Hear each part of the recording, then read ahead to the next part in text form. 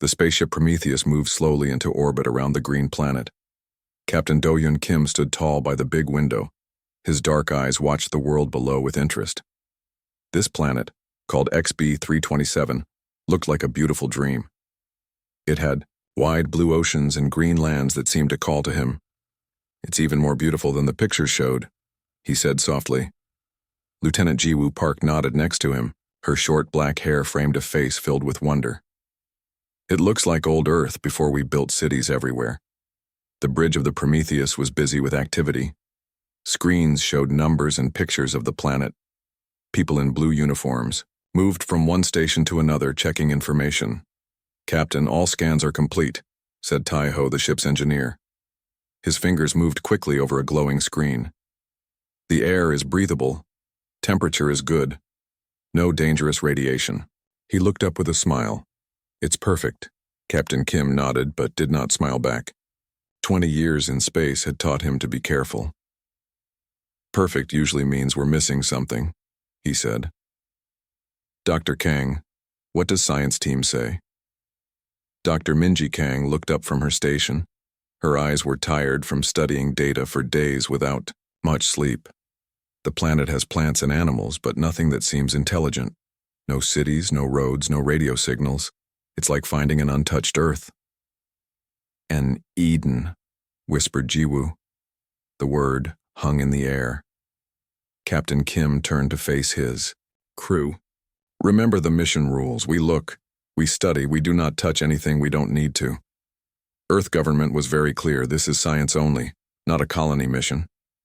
He looked at each face on the bridge. "Humanity has taken too much from too many worlds. Not this time." Security Chief Juno Lee stood by the door, his hand resting on his weapon. He was shorter than the others, but had strong shoulders and watchful eyes. "Landing team is ready, Captain. 6 people as ordered." Captain Kim nodded. "Good. Dr. Kang will lead the science work. Lieutenant Park will handle communications. Chief Lee for security. Dr. Hyunwoo Choi for plants and animals. Tai-Ho for tech support. And Communications Officer Sora Yang for extra help with any signals." "And you, Captain?" asked Dr. Kang. "I'll stay with the ship. First Officer Jin Young will manage things here while I watch your progress." 20 minutes later, the small landing ship broke through white clouds. Inside, the team checked their equipment one last time. They wore light blue suits that protected them but still let them feel the wind and temperature. No helmets were needed in the good air. Dr. Choi looked nervous. This was his first planet mission. "What if we find something dangerous?" he asked. Juno smiled slightly. "That's why I'm here with this." He patted his stun gun. "But the scans show nothing bigger than what Earth would call a deer. No large hunters." The landing ship touched the ground softly in a wide, grassy field. Tall trees with purple leaves stood at the edges. Strange bird-like creatures with 6 wings flew high above. "Beginning outside scan," said Tai-Ho, moving his handheld computer in a circle. "Air is good. No poisons. Temperature is 72 degrees. Dr. Kang took a deep breath as the door opened. "It smells like flowers and rain," she said with surprise. "I expected something alien, but this is nice." They stepped out one by one. The grass under their feet was soft and bounced back after each step. The gravity was slightly less than Earth's, making them feel lighter. "Look at these," called Dr. Choi, already on his knees by a patch of small blue plants. "They move when I get close, like they can sense me." He waved his hand over them and the small leaves pulled back. Sora Yang walked in a wide circle, holding up a device that looked for signals. No tech readings, no radio, no electricity. But she stopped, looking confused. "But what?" asked Jiwoo, coming to her side. "There's something. Not radio, not anything I know. It's like whispers just below what I can hear." Sora shook her head. "That doesn't make sense." Juno kept his eyes on the trees. "Movement," he said sharply. 3 o'clock, in the purple. Trees. Everyone turned. Something quick and low to the ground had moved between 2 tree trunks. "Animal?" asked Dr. Kang. Maybe, said Juno, but it moved with purpose. They set up their base camp near a small stream. Clear water ran over rocks that sparkled in the sunlight. The team placed small metal boxes in a circle. When turned on, these boxes created an invisible wall that would keep animals out. As the sun began to set, 3 moons rose in the sky, one large and white, 2 smaller and blue. The moons are aligning, said Taiho, looking up from his computer. According to my calculations, this happens only once every 3,000 years. Lucky us, said Jiwoo with a smile. Maybe it's a good sign. Deep under the ground, ancient machines that had slept for millions of years registered the moon alignment. Power began to flow through crystal networks. Programs older than human civilization started running checks and tests. The arrival of the humans had been noted. Their technology had been scanned. Their communications had been studied. Their genetic code had been analyzed. And now, with the moon alignment, the final key was in place. That night, as the humans slept in their tents, small lights began to glow under the grass around their camp. The lights moved in patterns, talking to each other in code older than Earth itself. In his dream, Dr. Choi saw the planet as if from space. He saw lines of light spreading across its surface, connecting like a giant web. In the center of the web was their camp, glowing bright red. Hein Biyuan woke with a start, covered in sweat. Something's wrong, he whispered to the empty tent. Something's very wrong. Outside, under the 3 aligned moons, the planet was waking up. Not the plants or animals. They were just parts of the surface. The real planet, the intelligence that had been waiting, was finally awake. And it had visitors to judge. Morning came with a red sun rising over purple trees. Dr. Hyunwoo Choi sat outside his tent, his eyes tired from bad dreams. He watched the others move around the camp, getting ready for the day's work. You look terrible, said Sora, handing him a hot drink. Bad sleep? Hyunwoo nodded. Strange dreams. The planet was watching us. Sora smiled. First planet visit nerves. It happens to everyone. Captain Kim's voice came through their wrist communicators. Landing team, report status. Lieutenant Jiwoo pressed her communicator. All good, Captain. Ready to begin Day 1 exploration. Remember the rules, said the captain's voice. Look, but don't touch unless necessary. Stay within 5 miles of Bay camp. Check in every hour. The team split into pairs. Dr. Kang and Taiho went east toward a small hill. Jiwoo and Sora headed north to set up signal readers. Hyunwoo and Juno walked west following the stream. Hyunwoo stopped often to collect plant samples. The plants were similar to Earth's in some ways, but very different in others. Some had moving parts that followed his fingers. Others changed color when touched. These plants act almost like they have nerves, he said to Juno, who kept his eyes on the trees around them. I don't like it here, said Juno. It feels like we're being watched, finished Hyunwoo. You feel it too? Juno nodded. Since we landed, the animals stay just out of clear sight. They watch but don't come close. That's not normal behavior. They walked for another hour until the stream led them to a large clearing. In the center stood a circle of tall stones. Each stone was smooth and black, with tiny lights that seemed to move inside them like stars. What is that? Whispered Hyunwoo. Juno's hand moved to his weapon. Not natural, that's for sure. We should tell the others. Before he could use his communicator, a sound came from the stones. It was low and deep, like a giant bell ringing far away. Did you do something? Asked Juno sharply. Nothing. I didn't touch anything. Hyunwoo stepped back, but his foot hit something hard on the ground. He looked down. Half buried in the dirt was a small crystal, glowing with blue light. Without thinking, he picked it up. The effect was instant. All the stones in the circle lit up with bright blue light. The light shot up into the sky like a signal. What did you do? Shouted Juno, pulling Hyunwoo away from the circle. I just picked this up. Hyunwoo held out the crystal. It was warm in his hand and seemed to pulse like a heartbeat. Their communicators came alive with voices all talking at once. What's happening? The ground is shaking here. Something's coming out of the hill. Captain Kim's voice cut through the noise. Everyone back to camp now. Something's happening planet-wide. The ship's sensors are going crazy. Hyunwoo and Juno ran back along the stream. Hyunwoo still held the crystal, which grew warmer with each minute. When they reached camp, the others were already there. Dr. Kang was looking at something on her computer screen, her face pale. "What did you find?" asked Jiwoo. Dr. Kang turned the screen so they could all see. It showed pictures of tiny machines smaller than a human cell. "These are in the soil, the water, the plants. Everywhere," she said. "They're machines, but they act like living things. They're in everything." "What does that mean?" asked Juno. "It means this planet isn't natural," said Dr. Kang. "Someone made it, or changed it. These little machines are part of a system that covers the whole planet." Sora held up her signal reader. "I've been picking up more of those whispers. They're getting louder and faster, like they're talking to each other." Taiho pointed to the crystal in Hyunwoo's hand. "And that's part of it all.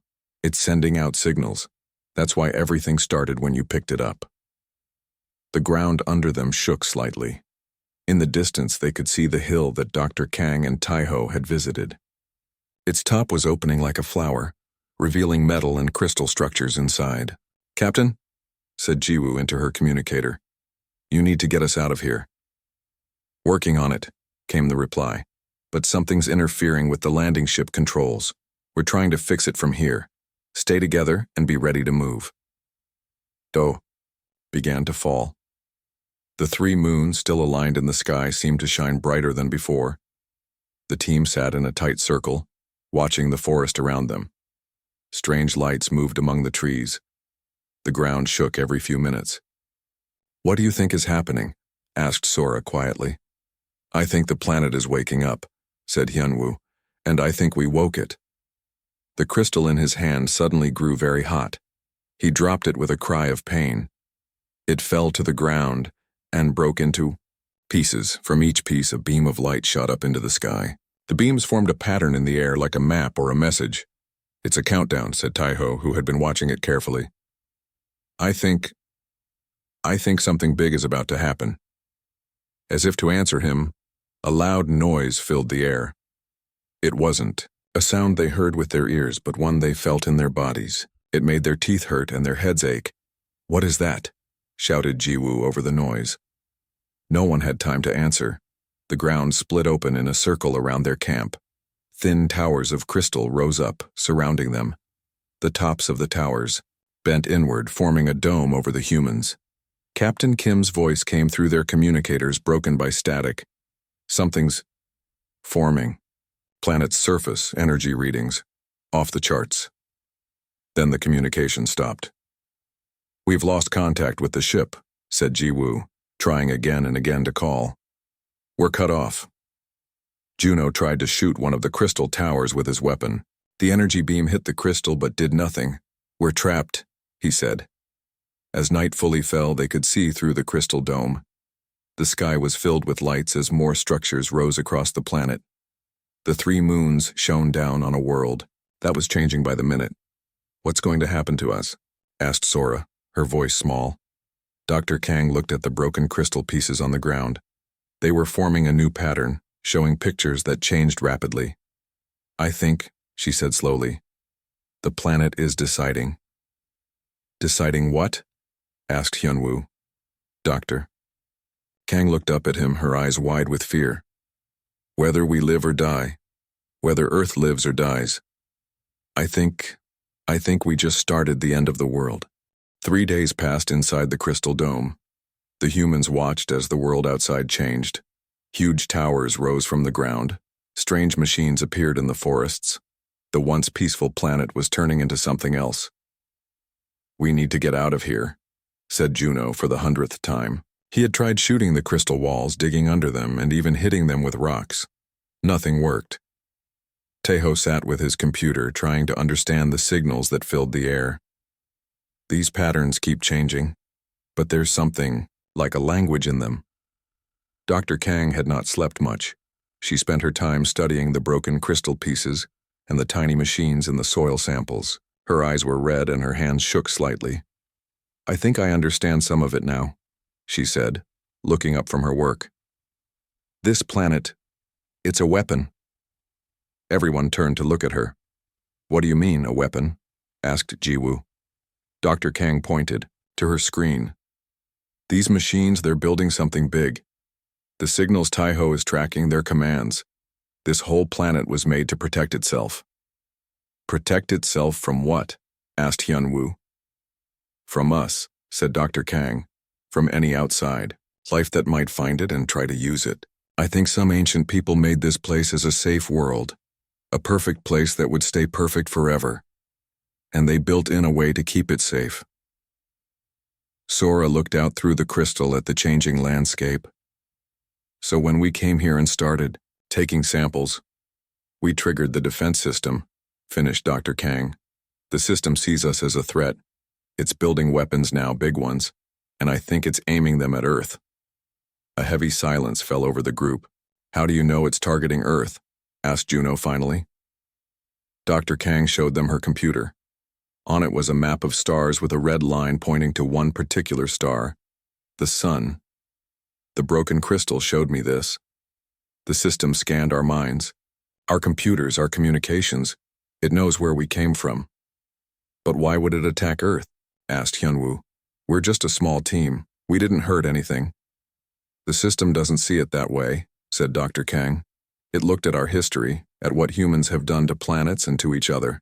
It decided we're dangerous, so it's going to remove the danger."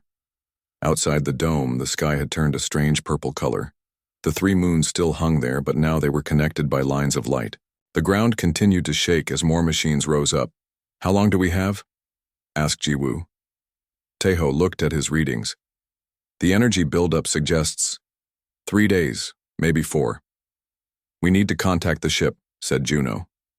"They need to warn Earth." Jiwoo shook her head. "I've tried every channel. Nothing gets through this dome." Lieutenant Park sat quietly for a long time. Her fingers traced patterns in the dirt. Finally, she spoke. "There might be a way," she said. "My grandmother was a shaman, back on Earth. She taught me about connections, about how minds can sometimes reach other minds." Juno frowned. "This isn't the time for stories about magic." "It's not magic," said Jiwoo sharply.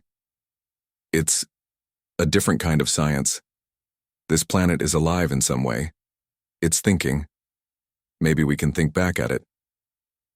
Dr. Kang looked thoughtful. "The crystal did scan our minds. There is some kind of connection there. So what do we do?" asked Hyunwoo. "Just think at it?" "Not exactly," said Jiwoo. "We need to show it something. Something it doesn't expect from dangerous humans." That night, as the others slept, Jiwoo sat in the center of their camp. Around her, she placed the broken crystal pieces in a circle. Her eyes were closed, her breathing slow and deep. Hyunwoo watched her from his tent. He couldn't sleep. His dreams were filled with strange visions, stars dying, worlds burning, a great emptiness spreading across the universe. Suddenly, Jiwoo gasped. The crystal pieces around her began to glow with blue light. Her body stiffened, and her eyes opened, wide, but they saw nothing in the camp. They were looking at something else. "Jiwoo?" called Hyunwoo, running to her side. "Jiwoo, what's happening?" Her mouth moved, but the voice that came out wasn't hers. It was deeper, older, like many voices speaking together. "Why have you come here?" the voice asked. The others woke up and gathered around, watching in shock. "She's connected to it," whispered Dr. Kang. "The planet is speaking through her." Hyunwoo knelt beside Jiwoo. "We came to learn," he said to the strange voice, "to study, not to harm. You take, you cut, you burn, you kill." The voice was cold. "We have seen your world. We have seen what you do." "Not all of us," said Hyunwoo. "Yes, humans have done terrible things. We've hurt our world and other living things, but we're trying to be better. That's why we're here, to learn how to live better with our world." The voice was silent for a moment. "Show us," it said finally. Jiwoo's hands reached out, palm up. Hyunwoo understood. He placed his own hands on hers. A flash of white light filled his mind. Images rushed through his head, memories of Earth, of his childhood forest walks, of his work saving endangered plants, of people rebuilding damaged lands, but also darker memories, forests burning, oceans filled with trash, animals dying. Yes, he said out loud. This is us, the good and the bad. We're not perfect. We're still learning. The voice spoke again through Jiwoo. The weapon is set. Your world will be cleansed. No, shouted Hyunwoo. You can't judge an entire world based on its worst actions. Look deeper. Look at our art, our music, our dreams. Look at how we keep trying even when we fail. Outside the dome, the sky turned deep red. The towers across the planet glowed with power. The others moved forward. One by one, they placed their hands on Jiwoo's. Taeho, Dr. Kang, Juno, Sora, each touch sent more memories, more feelings into the connection. See us, whispered Hyunwoo. Really see us. The ground shook violently. The crystal dome cracked, letting in the red light from outside. Jiwoo's eyes closed, then opened again. This time they were her own. It's listening, she said in her normal voice. It's watching through the ship's computers, through all our records. It's learning about Earth. They waited in silence as the planet made its judgment. The future of humanity hung in the balance, decided by an ancient system that saw them as both threat and mystery.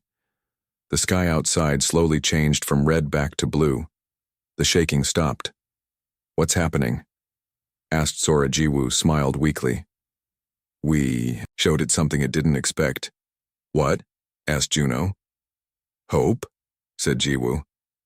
It saw that even though we make mistakes, we keep hoping and trying to be better.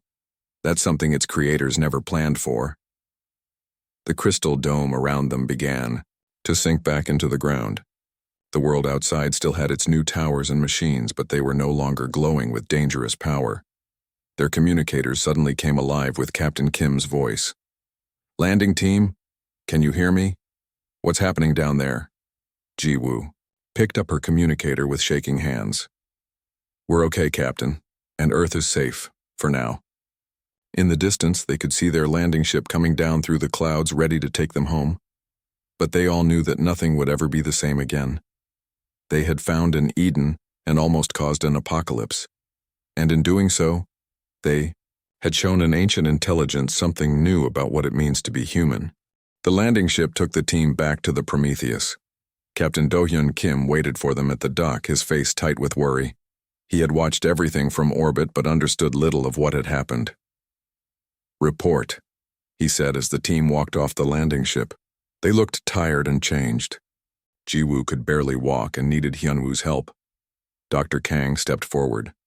Captain, we need to send a message to Earth right away. What happened down there? It isn't over. In the ship's meeting room, the team told their story. They explained about the planet weapon, the ancient defense system, and how it had nearly aimed at Earth. But you stopped it? Asked the captain. For now, said Jiwoo, her voice weak. We showed it enough about humans to make it pause. But it's still watching, still deciding. Taeho pointed to the screens showing the planet below. The towers and machines were still there, but quiet now. The weapon isn't turned off. It's just waiting. Captain Kim looked at each team member carefully. So what do we do now? Leave? Go home and warn Earth to stay away from this place forever? The room was quiet. Finally, Hyunwoo spoke up. I don't think we can just leave, he said. This planet, this system, it's judging all of humanity based on what it sees in us. If we run away, it might decide we're still a threat. What other choice do we have? Asked Captain Kim. We can't fight it. We saw what it can do. Dr. Kang had been working on her computer while they talked. She looked up, her eyes bright with a new idea. I think there's a third option, she said. Not running away, not fighting, but learning. I've been studying the data from those small machines in the soil. They're not just weapons, they're tools. They help the planet heal itself, grow better, stay in balance. So? Asked Juno, still angry about feeling trapped and helpless on the planet. So we could learn from them, said Dr. Kang. This planet has solved problems that Earth still struggles with. Clean energy, balanced ecosystems, renewal instead of waste. Sora nodded slowly. When I was connected through Jiwoo, I felt something. The planet wasn't just angry at us. It was sad. It saw what we've done to our world. It saw the dying oceans, the empty forests. It wanted to destroy us because it thought we would do the same to other worlds, added Jiwoo. But what if we could show it that we want to change, that we want to learn? Captain Kim looked out the window at the green-blue planet. You're suggesting we go back down there after what happened? Yes, said Dr. Kang firmly, but not to take samples or study it like a dead thing, to learn from it, to work with it, to show it that humans can be partners, not just takers. The debate lasted for hours. Some crew members thought it was too dangerous. Others agreed with Dr. Kang. In the end, Captain Kim made his decision. We'll send a message to Earth explaining everything, then we'll go back down. Not the whole team, just those who choose to go. We'll try to learn from this place, and maybe teach it something about us too. 3 days later, a smaller team returned to the planet's surface. Captain Kim led them, himself this time. With him were Dr. Kang, Hyunwoo, Jiwoo, and Sora. Taiho and Juno stayed on the ship, ready to help from orbit. They landed near their old camp. The crystal dome was gone, but the strange towers still stood in the distance. The air felt different now, charged with energy, alive with purpose. What now? Asked Captain Kim, looking around. Jiwoo walked to the center of the old camp. She placed her hands on the ground and closed her eyes. Now we ask permission, she said. The ground beneath her hands glowed softly. Tiny lights spread out from her fingers, moving through the soil like ripples in water. It's listening, she said. Hyunwoo knelt beside her. We've come to learn, he said to the ground, feeling strange but certain this was right. We've come to understand. For a moment, nothing happened. Then the ground began to shift and move. Not violently like before, but gently, like a door opening. A small mound of earth rose up, and from it grew a crystal similar to the one Hyunwoo had found before. This time, the crystal wasn't broken. It was whole and clear like a perfect diamond. Inside it, lights moved in patterns like tiny stars. Dr. Kang studied it with her scanner but didn't touch it. It's a data storage device, she said with wonder, but like nothing we've ever made. It holds information in light patterns that change and grow.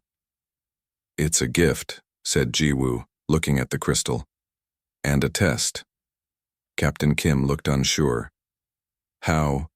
Do we use it? Not like before, said Hyunwoo quickly. Not by taking it or breaking it. I think. He paused, then placed his hand near the crystal without touching it. The crystal glowed brighter. A beam of light shot out from it, touching Hyunwoo's forehead. He gasped, but didn't pull away. What do you see? Whispered Sora. Everything, said Hyunwoo, his eyes wide with wonder. How the planet works, how the small machines help plants grow and clean the water, how energy flows through everything without being used up. One by one, the others did the same. Each touched by the light, each seeing visions of how the planet worked in perfect balance. When it was done, the crystal sank back into the ground. But something had changed. The team could feel it. The planet had accepted them, at least for now. We need to share this with Earth, said Captain Kim. Not just the science, but the understanding, the way of thinking. Dr. Kang nodded. This could change everything for us. Clean energy, better farming, cities that work with nature instead of against it. But will Earth listen? Asked Sora. Will they understand what this means? Some will, said Hyunwoo. Enough, I hope. And those who don't, maybe this place will help us find better ways to teach them. They set up a new camp, not behind walls or force fields, but open to the world around them. In the days that followed, they learned more from the planet than they had ever hoped. And in return, they shared their own knowledge, human stories, music, art, and dreams. High above, the 3 moons watched over them. The planet's machines still stood ready, the weapons still existed. But now it waited, giving humanity a chance, to prove itself. The team knew the challenge ahead would be enormous. Changing Earth's path would take more than new technology. It would take new thinking, new values. But as they worked with the living world around them, they felt something they hadn't expected to find on this journey: hope, not just for the future of Earth, but for all worlds that humans might someday reach. They had come to an alien Eden and almost triggered an apocalypse. Instead, they found a new beginning. And perhaps that was the greatest discovery of all.